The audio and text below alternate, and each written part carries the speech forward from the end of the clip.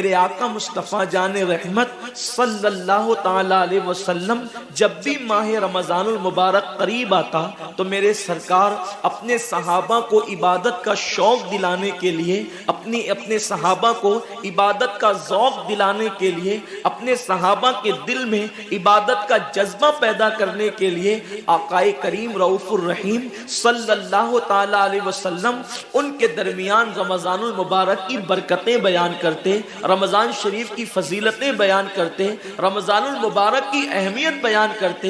ایک مرتبہ اللہ کے محبوب مصطفیٰ جان رحمت صلی اللہ علیہ وسلم فرماتے ہیں، اے میرے صحابہ، اب تم پر ایک ایسا مہینہ جلوگر ہونے والا ہے کہ جس کی پہلی رات کی شان یہ ہے، جس کی پہلی رات کا مقام اور مرتبہ یہ ہے کہ جب ماہ رمضان کی پہلی رات آتی ہے تو آسمانوں کے دروازے کھول دیے جاتے ہیں، جنت کے دروازے کھول دیے جاتے ہیں، جہنم کے دروازے بند کر دیے جاتے ہیں، اور عرش کے نیچے سے ایک ہوا چلتی ہے، اور وہ ہوا جب رحمت کی ہوا چلتی ہے تو اللہ اس رات اپنے بندوں کو پیار کی نظر سے دیکھتا ہے، محبت کی نظر سے دیکھتا ہے، اور اللہ کی محبت کی نظر جس بندے پر پڑ جاتی ہے اللہ اس پر جہنم کی آگ کو حرام فرما دیتا ہے۔ میرے آقا صلی اللہ علیہ وسلم کے دیوانوں، وہ مہینہ آنے والا ہے، وہ رات آنے والی ہے، وہ شب آنے والی ہے جس رات اللہ اپنے بندوں کو محبت کی نظر سے دیکھے گا، پیار کی نظر سے دیکھے گا، الفت کی نظر سے دیکھے گا۔ میرے پیارے آقا صلی اللہ علیہ وسلم کے پیارے دیوانوں، آپ اندازہ کریں کتنا وہ مقدس بندہ ہے، وہ بندہ مقدر کا سکندر ہے جس کے وجود پر میرے اللہ کی نگاہ رحمت پڑ جائے، میرے کریم کی نگاہ رحمت پڑ جائے۔ ہم کس کس کی نگاہ کے طالب ہوتے ہیں، ہم کس کس کی توجہ کے طالب ہوتے ہیں۔ ہم سوچتے ہیں کہ پیر صاحب کی نگاہ پڑ جائے گی تو میرا بیڑا پار ہو جائے گا، یقیناً پیر صاحب کی نظر بڑی قیمتی ہے۔ دیوان شاہ بابا کی نظر پڑ جائے گی تو میری تقدیر بدل جائے گی، یقیناً اللہ کا ولی بڑی شان والا ہے۔ غوث پاک کی نظر پڑ جائے گی تو میرا بیڑا پار ہو جائے گا۔ اندازہ تو کریں جس پر اللہ کی نگاہ رحمت پڑ جائے، اور وہ رمضان شریف کی پہلی رات میں ہوتا ہے کہ اللہ اپنے بندوں کو پیار کی نظر سے دیکھتا ہے، اللہ اپنے بندوں کو محبت کی نظر سے دیکھتا ہے، اور خدا کی نگاہ رحمت جس پر پڑ گئی پھر اس کو جہنم کی آگ چھو نہیں سکتی، اس کو جہنم کی آگ جو ہے اس کو جلا نہیں سکتی۔ لیکن کتنے افسوس کی بات ہے، ماہ رمضان شریف کی ایسی برکت والی رحمتوں بھری رات آتی ہے، اور وہ پہلی رات آتی ہے، اور اس رات میں ہم کیا کر رہے ہوتے ہیں؟ اس رات میں ہمارا حال یہ ہوتا ہے کہ ہم ہوٹل پہ بیٹھ کر ٹائم پاس کر رہے ہوتے ہیں، اس وقت ہم گھروں کے اندر بیٹھے ہوتے ہیں اور وقت کو ضائع کر رہے ہوتے ہیں۔ اور اب تو حال یہ ہو گیا ہے کہ ساری چیزوں سے تعلق توڑ کر ہم نے سارے رشتے اپنے موبائل سے جوڑ لیے ہیں۔ اس وقت ہمارا سب سے قریبی رشتہ دار اگر کوئی ہے تو وہ اپنا موبائل ہے۔ یہ ہنسنے کی بات نہیں ہے، یہ بہت نقصان کی بات ہے۔ اس قدر قریبی رشتہ، ماں باپ سے بھی زیادہ قریبی رشتہ موبائل سے، باپ سے بھی قریبی رشتہ موبائل سے، بیوی سے بھی زیادہ قریبی رشتہ موبائل سے۔ آپ کہیں گے اتنا قریبی رشتے کی آپ بات کرتے ہیں؟ ہم کہتے ہیں جو جتنا قریبی رشتہ دار ہوتا ہے اس پر توجہ اتنی زیادہ ہوتی ہے، اس سے پیار اتنا زیادہ ہوتا ہے، اس کی طرف توجہ اتنی زیادہ ہوتی ہے، اس سے لگن اتنا زیادہ ہوتا ہے۔ ہماری آنکھ ابھی بستر پر کھلی نہیں ہوتی اور ہم سیدھا ہاتھ اٹھا کر کے آدھی آنکھیں بند ہوتی ہے اور آدھی آنکھیں کھلی ہوتی ہے، اور ہم پہلے اپنے موبائل کی طرف ہاتھ بڑھاتے ہیں، کسی کا میسج تو نہیں آیا۔ میرے پیارے آقا صلی اللہ علیہ وسلم کے پیارے دیوانوں، امی کے پاس بیٹھے ہیں پھر بھی موبائل، بیوی کے پاس بیٹھے ہیں پھر بھی موبائل، والد کے پاس بیٹھے ہیں پھر بھی موبائل۔ حد تو یہ ہے کہ مسجدوں کے اندر بیٹھے ہیں پھر بھی موبائل۔ یقیناً اگر کام کے میسیجز ہو اور اگر کام اور ضروری چیز ہو، ٹائم دیکھنا ہو، تو آپ یقیناً موبائل کو ہاتھ میں لیں۔ موبائل کوئی بری چیز نہیں ہے، لیکن انسان کتنا ڈوب گیا، عبادت کا سارا وقت انسان اپنے موبائل پر ضائع کرتا ہے۔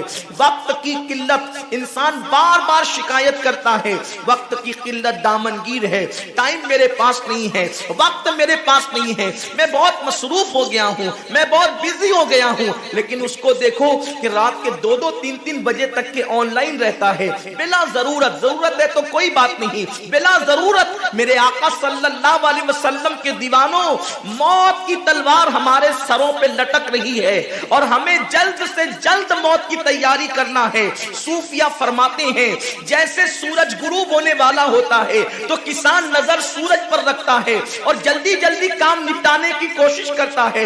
اس کو یاد ہے یہ بات، اس کے ذہن میں یہ بات کہ آج کا سورج غروب ہونے سے پہلے اپنے کام کو مکمل کر دینا ہے تاکہ کل کا سورج طلوع ہونے کے بعد میں نے پھر بیج بو کر کے آگے کا کام کرنا ہے. میرے آقا صلی اللہ علیہ وسلم کے دیوانوں، وہ کسان اگر یہ سورج غروب ہوتے ہوتے مر گیا تو کل اس کا کام کوئی اور کر جائے گا. اس کا بیٹا بیج بوئے گا، اس کی بہو بیج بوئے گی، اس کی بیوی بیج بوئے گی، اس کے رشتہ دار بیج بوئیں گے. لیکن یاد رکھنا، اگر دنیا کے اندر ہماری زندگی کا سورج غروب ہو گیا تو پھر نیکیوں کا بیج ہماری جگہ کوئی نہیں بو سکتا.